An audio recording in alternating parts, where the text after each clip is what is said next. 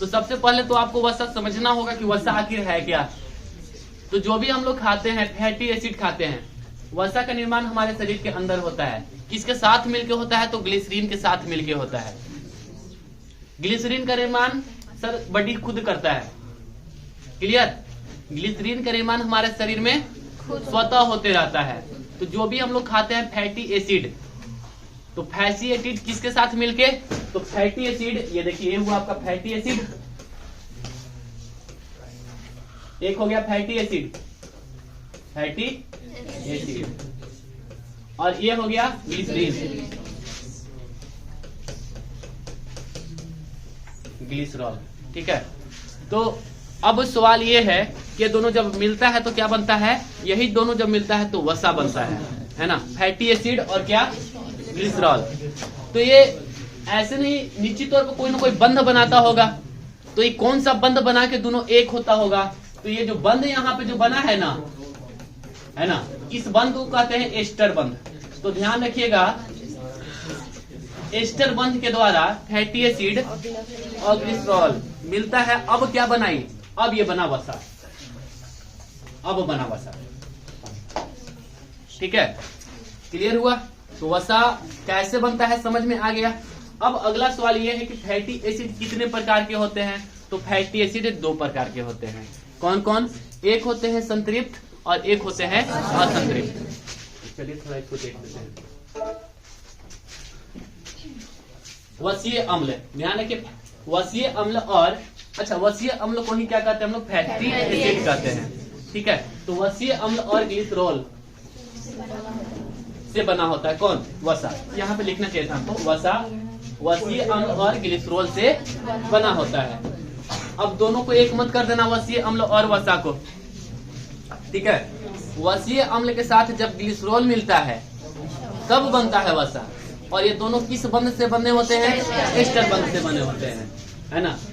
जब हम fatty acid का सेवन करते हैं तो यह हमारे शरीर में ग्लिसरॉल से एस्टर बंध से जुट जाता है। अब यहाँ नोट करके लिखे हुए हैं, ग्लिसरॉल का निर्माण हमारा शरीर अपने आप कर लेता है। वसीय अम्ल कितने प्रकार का? 2 प्रकार का होता है। एक होता है संतृप्त और एक होता है असंतृप्त। तो 2 प्रकार का हुआ, एक संतृप्त और एक असंतृप्त। अब सवाल है कि संतृप्त किसे कहेंगे और असंतृप्त किसे कहते हैं? तो संतृप्त जो होता है 2 कार्बन के बीच में एकल बंधन होगा। तो जब एकल बंधन होगा तो उसे कहा जाता है संतृप्त, है ना। तो संतृप्त वसीय अम्ल ही हो गया। ठीक है, तो जो संतृप्त वसीय अम्ल होता है ना, ये आपके शरीर के लिए खराब है। ये आपके शरीर में अगर ये जमा, क्योंकि ये ऊर्जा नहीं देता है, ये आपके शरीर में क्या होने लगता है? इकट्ठा होने लगता है। और जब जैसे धीरे धीरे इकट्ठा होगा, सबसे ज्यादा मात्रा में कहाँ इकट्ठा होता है? तो लीवर में तो इकट्ठा होगा ही। इसके अलावे आपके मांसपेशियां में, यानी कि चमड़ा के नीचे सबसे ज्यादा मात्रा में ये स्टोर हो जाता है। ठीक है, समझ में आ गया।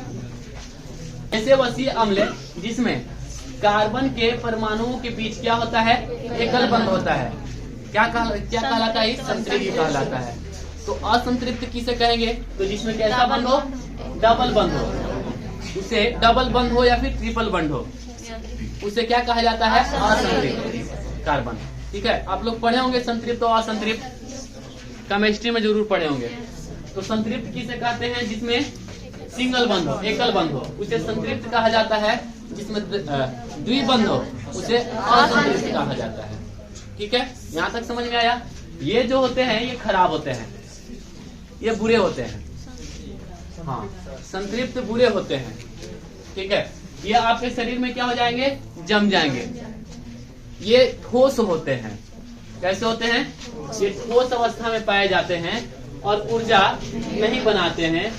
ठीक है, वसा है तो ये क्या होगा? हमारे शरीर में जमा हो जाता है, जिससे मोटापा बढ़ता है। एक्चुअली ये आपका नस है ना। ये चूंकि ध्यान रखिएगा, इसे LDL भी कहा जाता है, low density lipid. Low density lipid का मतलब होता है कम घनत्व वाला लिपिड, वसा। और ये होता क्या है कि ब्लड में तैरने लगता है।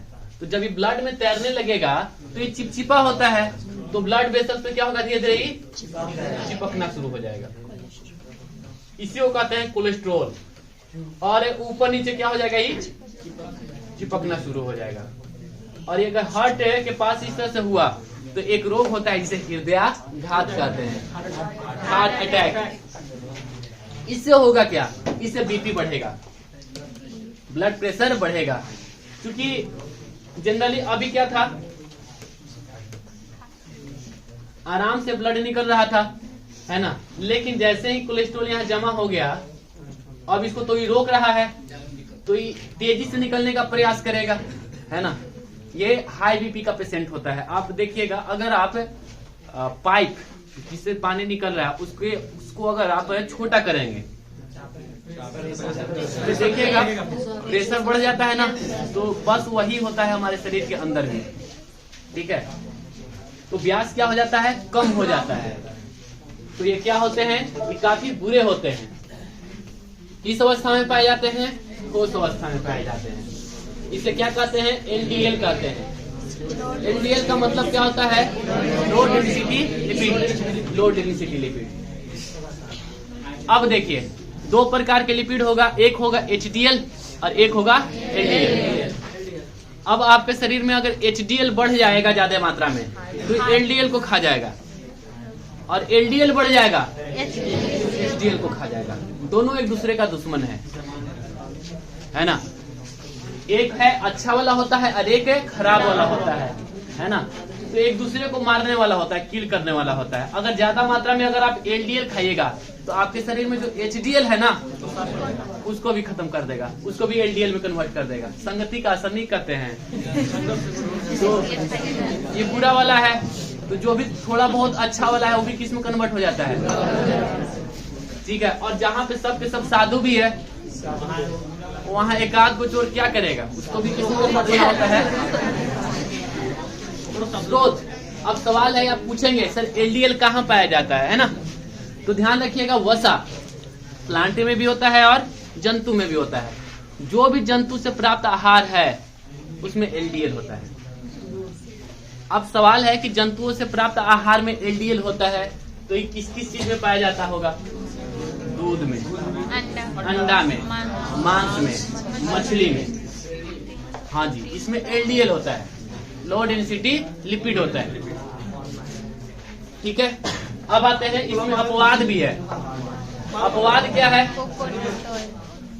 और जितना भी ध्यान रखिएगा, एनिमल सोर्स से क्या होता है एलडीएल, और जितने भी प्लांट सोर्स से जो भी आपको लिपिड प्राप्त हो रहा है वो एचडीएल, वनस्पति तेल जिसे हम लोग कहते हैं। जैसे हो गया सरसों oil, mustard oil, coconut oil, और क्या हो गया, रिफाइंड ऑयल नहीं सर, वनस्पति से जो प्राप्त किया जाता है हम उसकी बात कर रहे हैं। तो देखिए, तिल का तेल, बिल्कुल सही, तिल का तेल। तो एनिमल सोर्स से जो प्राप्त होता है इसमें क्या होता है, एलडीएल। अपवाद पाम ऑयल और कोकोनट ऑयल है तो वनस्पति, लेकिन इसमें किसकी मात्रा होती है, एलडीएल की भी मात्रा होती है। ऐसा नहीं कि केवल एचडीएल की मात्रा होती है, एलडीएल की भी मात्रा होती है। करेगा क्या ये, लो डेंसिटी लिपिड है, मतलब साफ है, कोलेस्ट्रॉल की मात्रा को बढ़ा देगा। तो ये हमारे शरीर में कोलेस्ट्रॉल की असर को क्या करता है, बढ़ाता है, जिससे वजन बढ़ने लगता है तथा रक्त नलिकाओं में कोलेस्ट्रॉल का जमा होने से हृदय वाहिका रोग की संभावना बढ़ जाती है, ब्लड प्रेशर बढ़ जाएगा। लो डेंसिटी लिपिड हृदय के लिए क्या होता है, हानिकारक। अब आते हैं, सामान्यतः तेल में एलडीएल की मात्रा घी की तुलना में क्या होता है, अधिक होती है, ठीक है। सामान्यतः जो भी आप तेल लेते हैं, है ना, तो एलडीएल की मात्रा देखिए, दोनों में एचडीएल भी होता है, एलडीएल भी होता है कि नहीं। किसी में ज्यादा होता है, किसी में कम। अब अगर आप गाय का घी लेते हैं, शुद्ध गाय का घी, तो उसमें एलडीएल की मात्रा सबसे कम होती है।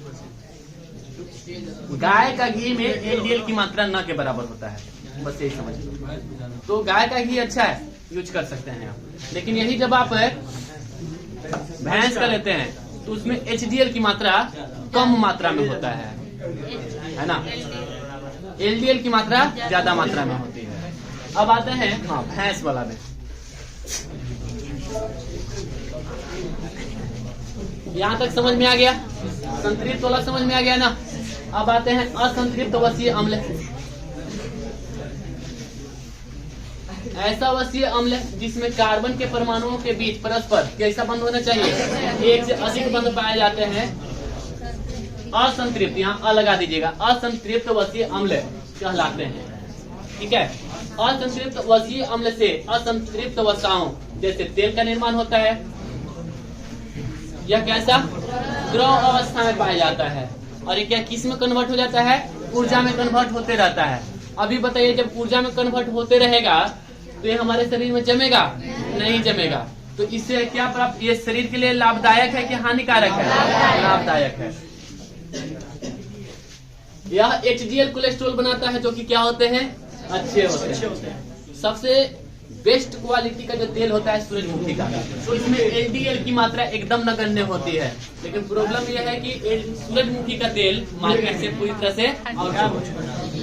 सबसे ज्यादा मात्रा में किस में होती है LDL की मात्रा? तेल में अगर देखा जाए तो सरसों के तेल में। ऐसा नहीं कि उसमें HDL की मात्रा नहीं होती है, होती है।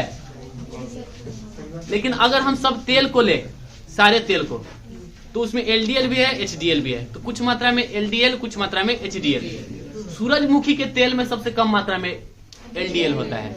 उतना ही LDL होता है जितना कि गाय के घी में होता है। उसमें भी नहीं होता है, इसमें भी नहीं होता है। तो अच्छा क्वालिटी का तेल होता है सरसों का तेल।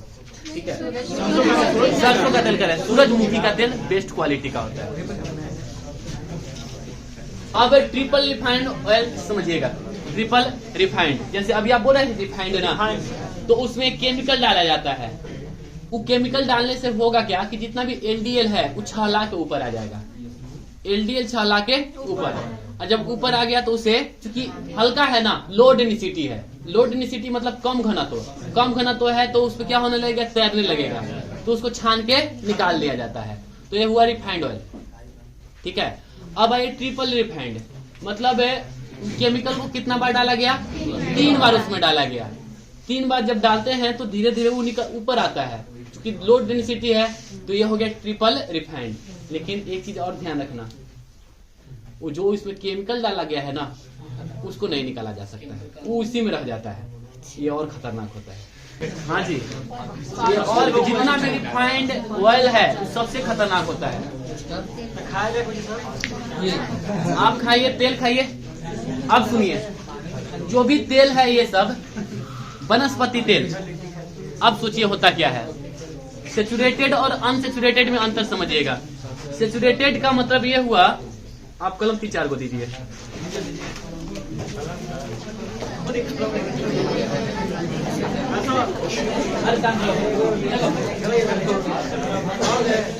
ये चिकना होते हैं। ये कैसे होते हैं? चिकना, ऐसे।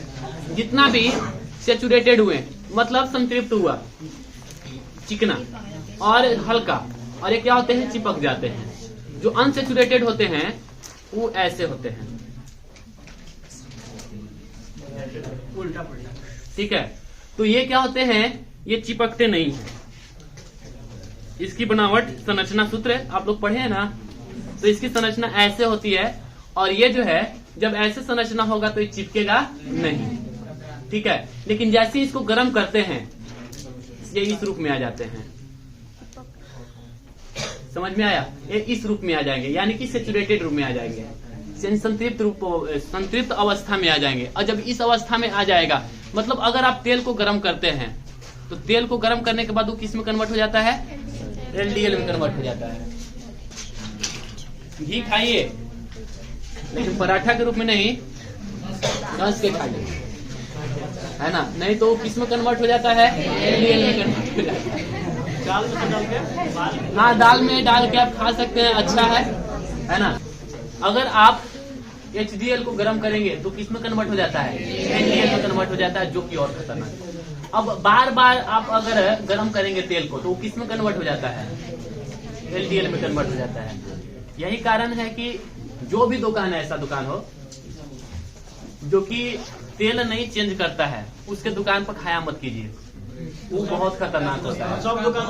सब दुकान तो वही करता है, फिर चेंज करता ही नहीं है, उसी में और मिला देता है। है कि नहीं? तो ये खतरनाक है। अगर 10 से 20 बार उसको गर्म कर दिया जाए तो तेल खाने लायक होता ही नहीं है। घर में भी आप लोग करते हैं ऐसा कि छान के और रख लेते हैं प्लास्टिक में। एक वीडियो डाले थे कुछ दिन पहले, आप लोग शायद देखे होंगे। प्लास्टिक में कोई भी खाना खाया ही नहीं जाता है। आप एक फॉर्म में खाते होंगे, आजकल खूब चल पड़ा है, घर में भी यूज कर लेते हैं थर्मोकोल। वो एकदम यूज नहीं करना चाहिए। वो स्टडी में ऐसा पाया गया है, और स्टडी को आम व्यक्ति नहीं किया है, IITian किया है सब, और वो सिद्ध करके दिखा दिया है कि 1 सेकेंड में कितना माइक्रो नैनो पार्टिकल जो होता है प्लास्टिक जो है आपके खाना में मिक्स हो जाता है। बाहर से कुछ भी लेके आते हैं, जैसे छोला भटूरा लेके आए, छोला लेके आए मार्केट से। छोला में क्या तो गर्म रहता है, उसमें जैसे ही डाले पोलोथीन में डाले तो उसमें माइक्रो पोलोथीन जो है उसमें मिक्स हो जाता है, जो धीरे धीरे आपके शरीर के लिए बहुत ही हानिकारक है। समझ में आया? चाउमीन आज के डेट में तो खूब घर में खाता है लोग, और वही प्लास्टिक में खाता है, पूरा चट कर जाते हैं। वो भी खतरनाक होता है, ध्यान रखना। शादी विवाह बहुत खतरनाक है सर। ये जितना भी पोलोथीन वाला यूज होता है, फाइबर का सबसे ज्यादा, फाइबर का, कौन सी फाइबर का नहीं आता, और वो भी खतरनाक है। फाइबर वर्ड ही खतरनाक है सर, खाने लायक चीज नहीं है, आपके शरीर के लिए बना ही नहीं। जैसे आप बोतल बंद पानी, खतरनाक है।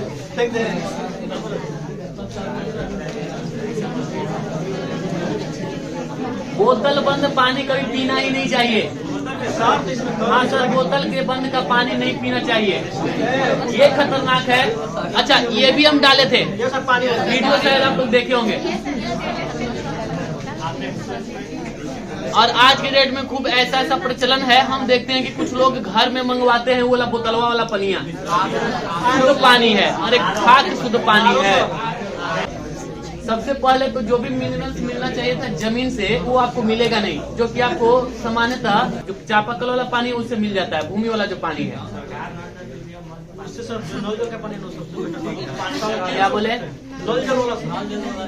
वो तो अच्छा है ही, लेकिन जो जिस तरीके से आ रहा है वो तरीका ठीक नहीं ना है। उन भी तो प्लास्टिक के माध्यम से ही आपके घर पहुंच रहा है, वो ठीक नहीं है। अच्छा,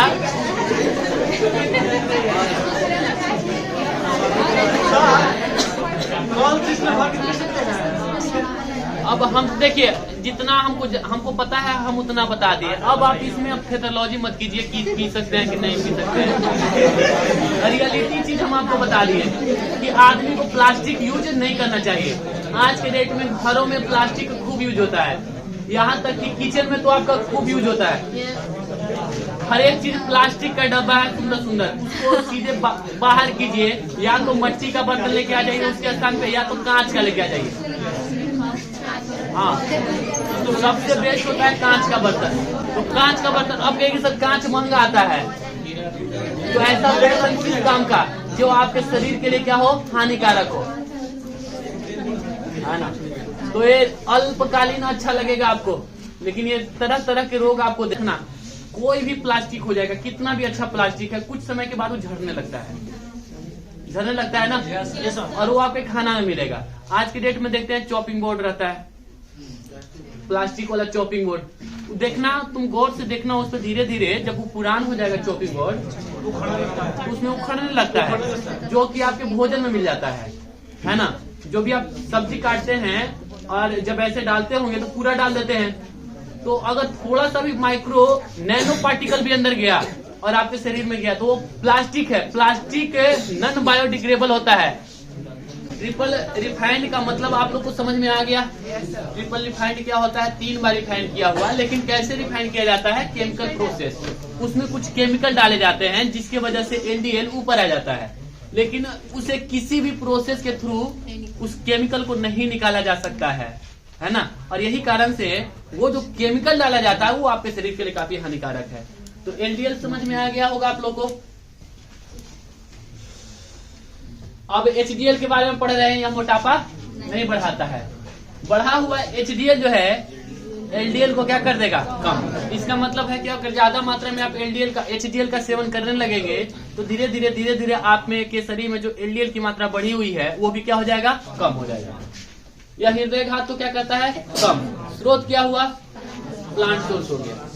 वनस्पति तेल जैसे सूरजमुखी, तिल का तेल, सोयाबीन का तेल। अब कहिएगा कि सर यहाँ पे लिखे हैं मछली का तेल। मछली का तेल जो है ना बेस्ट प्रकार का वसा होता है, एचडीएल होता है ना। मछली का तेल में एचडीएल होता है तो ये खाने लायक होता है। हाँ, मछली का तेल बेस्ट क्वालिटी का वसा होता है। चलिए आते हैं आगे। आज के डेट में तो मछली का कैप्सूल भी मिलता है, तेल का कैप्सूल मिलता है। हाँ, फिश ऑयल मिलता है आज के डेट में कैप्सूल के रूप में। तेल को बार बार गर्म करने पर यह संतृप्त वसीय अम्ल में बदल जाता है। अब आइए असंतृप्त कितने प्रकार के, 2 प्रकार के। असंतृप्त भी कितने प्रकार के, 2। एक होता है मुफा, एक होता है पूफा। अरे पूफा नहीं, पूफा, PUFA, पूफा। तो असंतृप्त हम लोग देखें, वसीय अम्ल कितने प्रकार के। हम देखें कि वसा का निर्माण कैसे होता है। तो वसा का निर्माण होता है वसीय अम्ल। हम लोग खाना के रूप में क्या खाएंगे, वसीय अम्ल खाएंगे, है ना। हमारा शरीर क्या लेता है, वसीय अम्ल। हम पढ़ा चुके हैं। तो वसीय अम्ल ग्लिसरीन के साथ मिलकर क्या बनाता है, वसा बनाता है।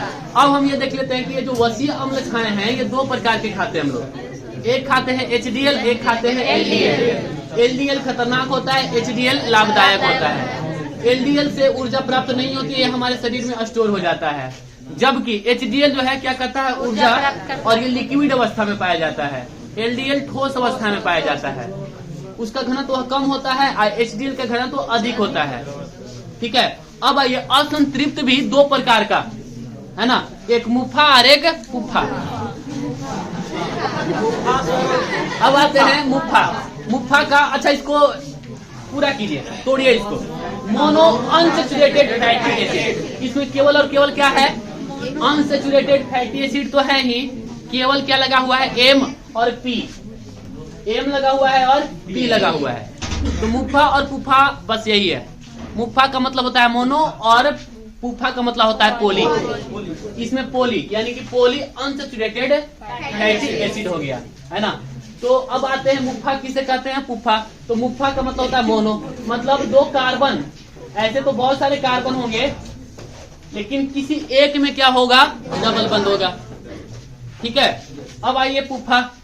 पुफा में क्या होगा, बहुत सारे कार्बन जो है, कार्बन बंद तो होंगे लेकिन एक से ज्यादा डबल बॉन्ड की संख्या क्या होगी, 1 से ज्यादा होगी। तो इसको कहेंगे पुफा। अब आप ये बताइए कौन ज्यादा अच्छा है, मुफा की पुफा? पुफा बेस्ट क्वालिटी का होता है ना। पुफा बेस्ट क्वालिटी का होता है। देखिए ये जो है, अभी हम कुछ देर पहले बता रहे थे कि ज्यादा मात्रा में अगर आप एचडीएल का सेवन करेंगे तो एलडीएल को भी क्या कर जाता है, खा जाता है, एचडीएल में कन्वर्ट कर देता है। लेकिन इसमें भी ध्यान रखिएगा, अगर मोनो होगा तो नहीं कर पाता है।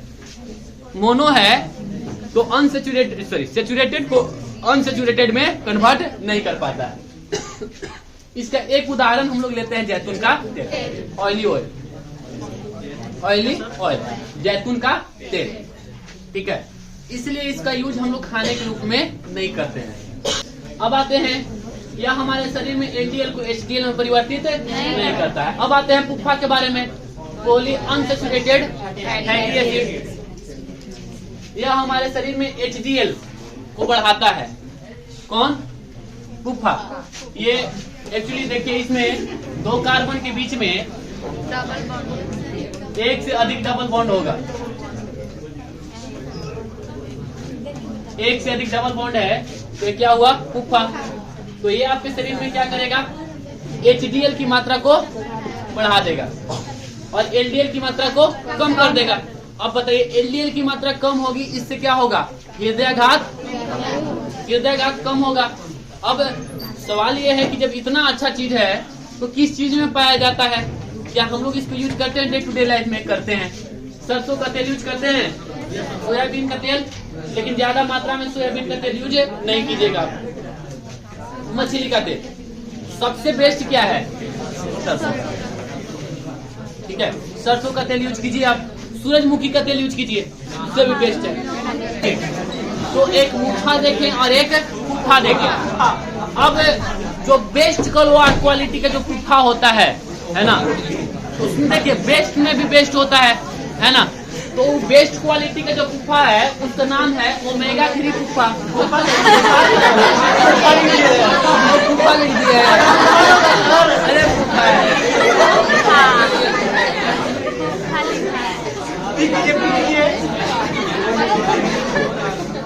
पुट्ठा में भी बेस्ट क्वालिटी का, जो बेस्ट क्वालिटी का पुट्ठा है उसे ओमेगा 3 कहा जाता है।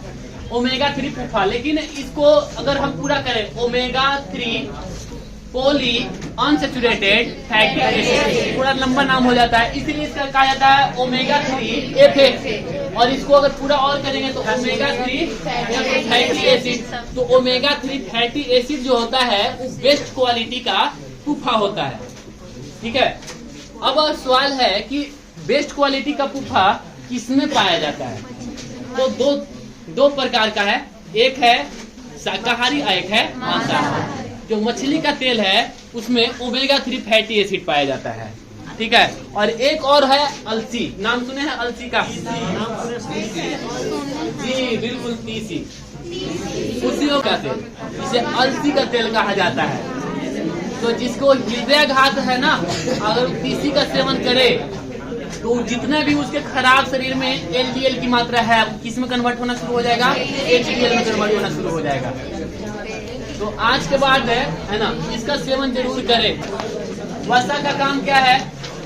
वसा शरीर को ऊर्जा प्रदान करने वाला खाद्य पदार्थ। प्रतिदिन कितनी आवश्यकता होती है? तो प्रतिदिन इसकी आवश्यकता होती है 75 ग्राम की। ठीक है, यानी कि अगर दाल भात में ऊपर से एक चम्मच घी ले लेते हैं तो बेस्ट क्वालिटी का हो गया। रोटी ले लेते हैं तो उसमें थोड़ा सा रख दीजिए, बेस्ट क्वालिटी का हो गया।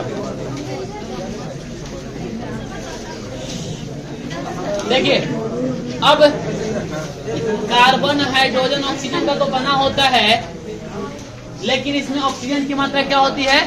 कम होती है। किसमें? वसा में। अब स्रोत देख लीजिए क्या है इसका? घी हो गया, तेल हो गया, मक्खन हो गया, चर्बी युक्त मांस हो गया। अब 1 ग्राम जब वसा जब जलता है तो कितना कैलोरी ऊर्जा मुक्त होता है? 9 कैलोरी ऊर्जा मुक्त होता है। और वही जब 1 ग्राम कार्बोहाइड्रेट जलेगा तो मात्र 4 कैलोरी, और प्रोटीन जलेगा तो 4.1 कैलोरी। तो सबसे ज्यादा ऊर्जा कौन देता है? वसा।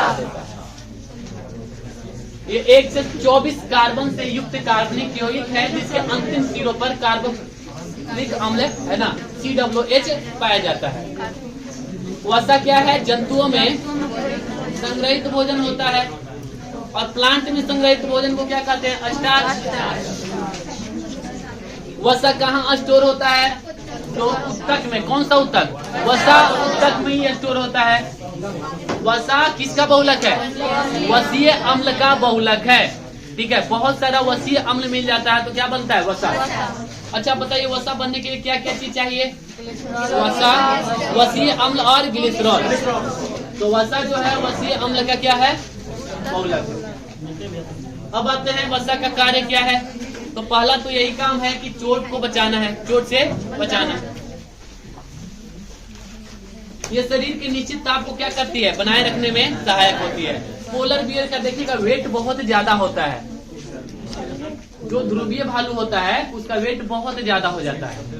हमारे यहाँ जो भालू होते हैं, काले भालू, वो देखिएगा उसका वजन 60 केजी 70 केजी जाते जाते हद हो जाता है।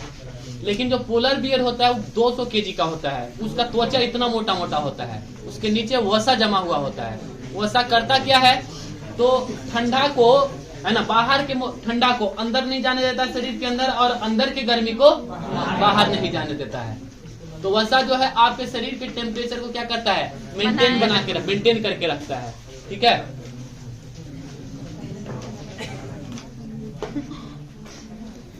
यह त्वचा के नीचे जमा होकर शरीर के ताप को बाहर निकलने नहीं देती है। यह ठोस रूप में शरीर को ऊर्जा प्रदान करती है। खाद्य पदार्थ में स्वाद उत्पन्न करती है। इसकी अधिकता तथा कमी से होने वाले रोग, अच्छा इसकी कमी से तो जनरली रोग होता नहीं है, कभी कभी कमी से त्वचा जो है रूखापन हो जाता है, जिससे हम लोग तेल लगा के इसकी पूर्ति कर रहे हैं। मोटापा कैसे होता है, वसा की ज्यादा मात्रा है ना, इसकी अधिकता से शरीर क्या हो जाता है, छुलछुल हो जाता है, रक्तचाप में वृद्धि हो जाती है, हृदय की बीमारी हो जाता है, हृदय का रोग हो जाता है। इसी कमी से त्वचा रूखी हो जाती है, वजन में कमी। अब बहुत ज्यादा अगर तला हुआ भोजन खाएंगे तो ध्यान रखिएगा, ज्यादा तला हुआ भोजन कैंसर युक्त होता है, कैंसर जनक होता है। एक ही तेल को बार बार तल के कभी मत खाइए, वो कैंसर युक्त होता है। वो तेल फिर होता ही नहीं, खाने लायक नई चीज है वो। कभी भी तेल अगर बनाए उतना ही तेल यूज करें जितना आप कर सकते हैं, नहीं तो जितना आप डाले हैं ना, छान छान के खत्म कर दीजिए उसको।